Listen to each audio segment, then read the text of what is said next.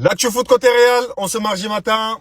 C'est parti. Jour de match, dia del partido, jour de victoire, non, jour d'on verra. Vous connaissez maintenant, on verra. Monaco, ils sont en difficulté. Ansu Fati en difficulté. Voilà, c'est des matchs comme ça que eux, ils aiment pour lancer les gens en difficulté. Donc, on verra à la Madrid Inaramaz. Hier, avant l'entraînement, il y a eu 1 minute de silence pour les victimes de l'accident de train dans le sud de l'Espagne. Parlons de l'entraînement, hier, Rodrigo, il s'est entraîné, mais aujourd'hui, il est absent. Parlant d'absent, Pogba aussi, il est absent. Je vais pas vous mentir, j'aurais aimé qu'il joue ce match-là. Apparemment, Arbeloa a 3 priorités. La première, c'est de faire de Arda Güler le moteur de l'équipe. La deuxième, renforcer la défense. Et la troisième, renforcer les conditions physiques des joueurs. En parlant d'Arbeloa, hier, pendant la conférence de presse, on a posé la question concernant Vinicius et qu'il va se reposer ou pas. Il a dit, Vinicius, il va jouer. On a besoin de lui sur le terrain. Si on veut gagner des matchs, tous les ballons doivent passer par Vinicius. Parlant de Vinicius et Arbeloa, hier, ils sont changés avant l'entraînement. Vinicius a dit que voilà, il faut commencer à mettre des amendes aux gens qui arrivent en retard. Arbeloa l'a dit, en plus de ça, vous gagnez bien, donc voilà, moi je vais t'écouter, c'est toi le capitaine. Donc t'as raison, on va commencer à mettre des amendes. Bien évidemment, match face à Monaco, Kylian Mbappé, il doit être en conférence de presse. Hier, il a parlé. En plus, il a dit que par exemple, les sifflets, il comprend très bien, mais dans ce cas-là, il faut siffler toute l'équipe. Et bien évidemment, on l'a posé la question concernant Alonso. Il a dit qu'il n'y avait pas de problème avec Alonso. Ici, on reste toujours sur Kylian Mbappé. Apparemment, son genou suscite des inquiétudes. Mais bon, il est entre les mains de Nico Mich. Avant de regarder le mercato, voici Depol qui a déclaré que Martinez est plus fort que Courtois parce que Martinez a une Coupe du Monde. Mais Depol, on sait très bien, il a été à l'Atlético de Madrid. C'est pour ça il a la haine contre le Real déjà. Ici, on regarde le côté mercato. Manchester City, il reste toujours attentif au cas de Vinicius. Mais apparemment, Perez, il veut que Vinicius prolonge son contrat. Tout indique aussi que l'Inter, ils sont attentifs au cas de Mansantuno, mais pour l'été. Nico Paz, encore une fois hier, une bonne prestation, même s'il a raté son penalty, il a mis un doublé. On sait qu'on a des problèmes au milieu de terrain, donc Real reste attentif à Enzo. Surtout que Chelsea, ils peuvent faciliter le transfert. Et on termine avec Ruben Neves. Apparemment, tout le monde le voulait au Real, il a vraiment été proposé. Mais bon, Perez, il a dit, je veux pas. Donc voilà mes madridistas, quelques infos côté Real. On se mardi le matin, jour de match, dia del partido, jour de victoire, bien évidemment, jour de on verra. C'est un truc de dingue. Le pénalty, il était tellement mal tiré qu'on s'est tous demandé s'il l'avait fait exprès. Ne mentez pas, on s'est tous demandé est-ce qu'il a fait exprès de le rater. Il n'a pas fait exprès, il l'a juste raté. Vous vous attendiez à quoi les Marocains? Il a juste vengé son peuple, vengé son pays 4 ans après. Vous vous souvenez? Hakimi qui fait le pingouin face à l'Espagne. Eh ben c'est un Espagnol qui vous a privé de votre canne. Voilà tout simplement votre première canne depuis 50 ans. Et malheureusement, c'est cet homme, Brahim Diaz. N'oubliez pas le Diaz, parce qu'il est espagnol, on va pas se mentir. Il peut faire semblant de pleurer. Hein. Moi, je suis marocain, je le déteste. Déjà, il fait une finale de merde, qu'on se le dise. En plus, il tente ça. C'est simple, c'est simple, c'est simple. Quand tu tentes ça, soit tu rentres dans l'histoire si tu la mets, soit tu rentres dans le Walk of Shame si tu la rates.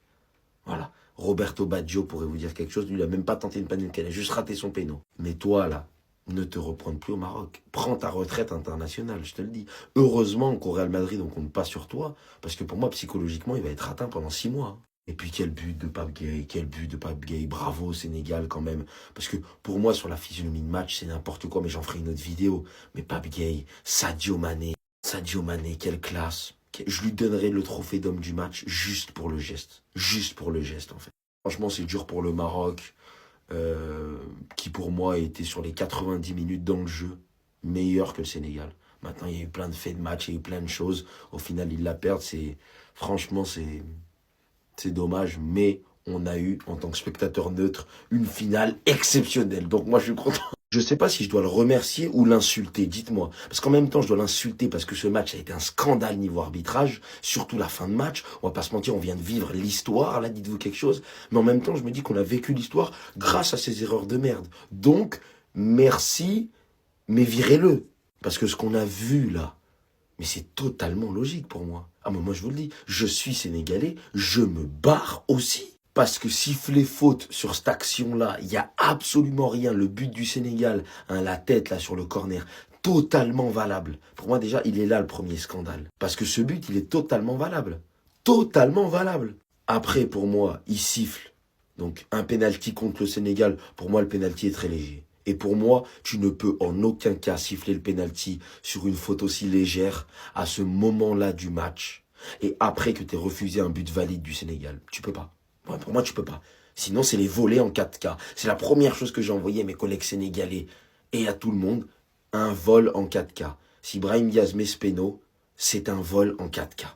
Par contre, si je vous parle vraiment de qui mérite de gagner ce match, si on parle des 90 premières minutes, le Maroc, pour moi, était meilleur que le Sénégal, c'est pour vous dire. La physionomie de match à la fin fait que le Sénégal aurait pu se faire voler, mais sur l'ensemble du match, le Maroc a été supérieur. Et pour moi, ils auraient dû mener déjà bien avant, mais ils ont trop croqué. Et après, t'as ce bombasso de Pape Gueye qui arrive. Tout ça grâce à qui? Grâce déjà à un immigré espagnol qui a réussi à venger son pays de la Coupe du Monde 2022 et qui est maintenant l'homme le plus recherché de Casablanca. Et grâce à un homme qui est rentré dans l'histoire du football en faisant le geste le plus fair-play de l'histoire du sport peut-être. Tout ça dans le même match grâce à toi. Alors merci. La liste des joueurs du Real Madrid convoqués pour le match de demain face à Monaco en Ligue des Champions vient de sortir. Et laissez-moi vous dire qu'avec Arbeloa, il y a tout le temps des surprises. Je vais éviter de faire tout le tour. On va essayer de faire un petit résumé. Déjà en défense, on a l'absence de Carreras. Son absence est tout simplement due à une suspension. Aucune blessure, les gars, ne vous inquiétez pas. Tandis que Rudiger et Militao sont toujours absents. Le milieu de terrain, il est bien chargé, il est bien fourni. Tout le monde est présent. Et dites-vous qu'en bonus, Arbeloa est allé nous chercher encore de nouveaux petits du centre de formation. Paul Fortuny et Mesonero. En gros, voici Paul Fortuny et voici le Mesonero ou Mesonero. Perso, je les connais pas du tout. Pas de Sestero, pas de Thiago Pitarch, pas de Palacios. Le Kebabi qui a été convoqué la dernière fois aussi, il était absent. En fait, Arbeloa, c'est quoi le but? En fait, le Real Madrid, c'est une excursion ou quoi? Aujourd'hui, il va te rappeler 3 jeunes, demain, il va te rappeler 3 autres jeunes. Après, peut-être que son but est de voir les plus performants, j'en sais rien. Mais là, il alterne tout le monde. Hein. Demain, vous allez voir le prochain match, il va nous ramener encore d'autres jeunes. Et en attaque, par contre, on a Vini, Mbappé, Gonzalo Garcia et Mastantuono. Et d'ailleurs, en parlant de Mastantuono, il a été aperçu à l'entraînement ce matin en mode Michael Scofield. Façon boule à Z. En fait, lui, il est au Real Madrid, il teste de nouvelles coiffures. Dites-vous qu'en même pas une saison, on a connu Mastantuono en mode Eminem, Mastantuono en mode normal, et Mastantuono en mode Michael Scofield. Ah merde, je me suis trompé d'image. Ah, voici la bonne image. C'est bien tout ça, mon petit. Mais tout ce qu'on attend maintenant, c'est que tu hausses un tout petit peu plus le niveau. Déjà, on voit dernièrement qu'il reprend petit à petit confiance. C'est bien, mais on s'attend encore à plus. Dans tous les cas, il est jeune, hein, il va progresser. Mais est-ce que vous vous en rendez compte? Au Real Madrid, aujourd'hui, on a Michael Scofield. Bref, dites-moi ce que vous en pensez dans les commentaires et surtout pour ne rien louper, vous savez ce qu'il vous reste à faire. Les Madridistas, comme vous le savez, demain, c'est le retour de la Ligue des Champions du côté du Santiago Bernabéu. Demain, le Real Madrid affronte Monaco. Et pour l'occasion, Kylian Mbappé et son entraîneur Alvaro Arbeloa ont donné leur conférence de presse d'avant-match. Dans cette vidéo, je vais vous résumer la conférence de presse de Kylian Mbappé. Et dans une vidéo qui sortira juste après, je vous résumerai la conférence de presse d'Alvaro Arbeloa. Mais juste avant, pour tous les Madrilènes qui ne souhaitent rien louper de l'actualité Madrid, ça se passe ici, donc n'hésitez pas à vous abonner. Allez, on enchaîne. Kylian qui nous dit, avant de commencer, je voudrais adresser mes pensées aux victimes de Cordoue, à tous les pères, mères, sœurs et à tous ceux qui ont perdu un être cher. Il y a des choses plus importantes que le football. Là-dessus, rien à dire, il a raison. La vie et la santé d'un être humain sont beaucoup plus importants que le football. Ensuite, il enchaîne en disant, Monaco n'est pas au mieux de sa forme en ce moment, mais ils savent toujours se maintenir à un niveau élevé. Je pense qu'il faut être agressif et montrer que c'est notre jour. On veut gagner pour assurer notre place dans le top 8.